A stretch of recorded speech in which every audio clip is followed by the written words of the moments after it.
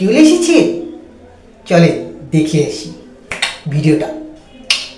কিরে তোর বউ বলে আবারও গেছে গা? হ্যাঁ গেছে গা, আমার কপাল খারাপ, বউ থাকে না। তোর কপাল খারাপ না, তোর মেশিন খারাপ।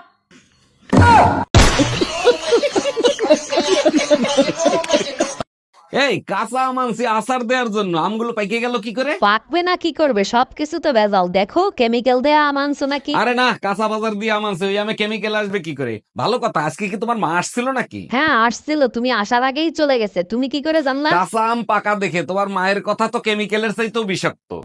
গজব বেইজ্জতি।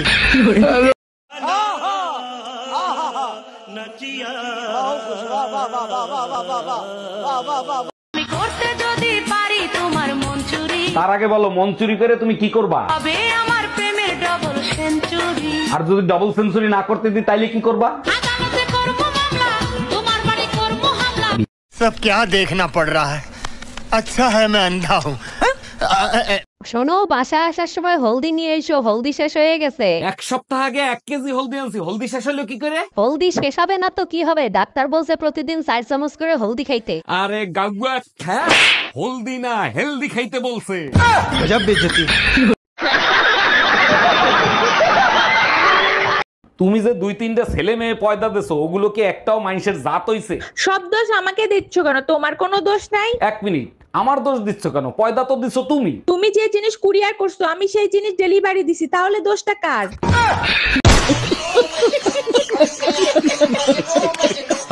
যে আমার এই ভিডিওটা দেখছে, বা সেটা ছেলে হোক বা মেয়ে যেই হোক, সে যেন আমার এই ভিডিওটাতে একটা লাইক দিয়ে যায়। मजा आया और मैं ये जो मजा है हिंदुस्तान के हर व्यक्ति को देना चाहता हूँ। স্বামীর সাথে একটু কথা কাটাকাটি লাগলেই বাপের বাড়ি ফোন দিয়ে স্বামীর নামে বিচার দিতেছেন, তাই না? 2 দিন পরে তো আপনারা স্বামী স্ত্রীরা ঠিকই মিলে যাবেন, কিন্তু আপনার স্বামীকে যে বাবা মায়ের চোখে খারাপ বানাইলেন, সেটা তো আর কোনোদিনও ভালো বানাইতে পারবেন না।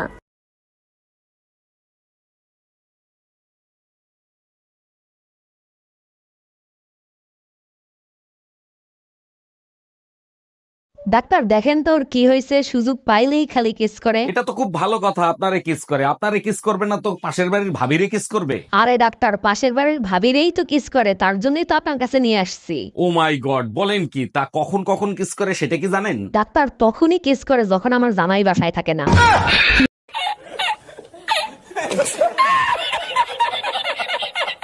এই বাহারের বউকে কেমন দেখলা? দেখতে শুনতে সুন্দর তো?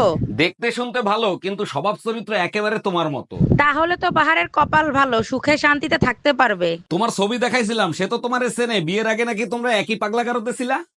গজব বেইজ্জতি। এই শুনছো, আজকে দুপুরে তোমার জন্য কি রান্না করব? তোমার যা মন চায় তাই রান্না করো, আমার খাইতে কোনো সমস্যা নাই। এই কি বললা? আমি শুনতে পাই না, আর একটু জোরে বলো। বালের মাথা রান্না করতে গেছে। এই কি বললা তুমি? আমি বালের মাথা রান্না করতে গেছি?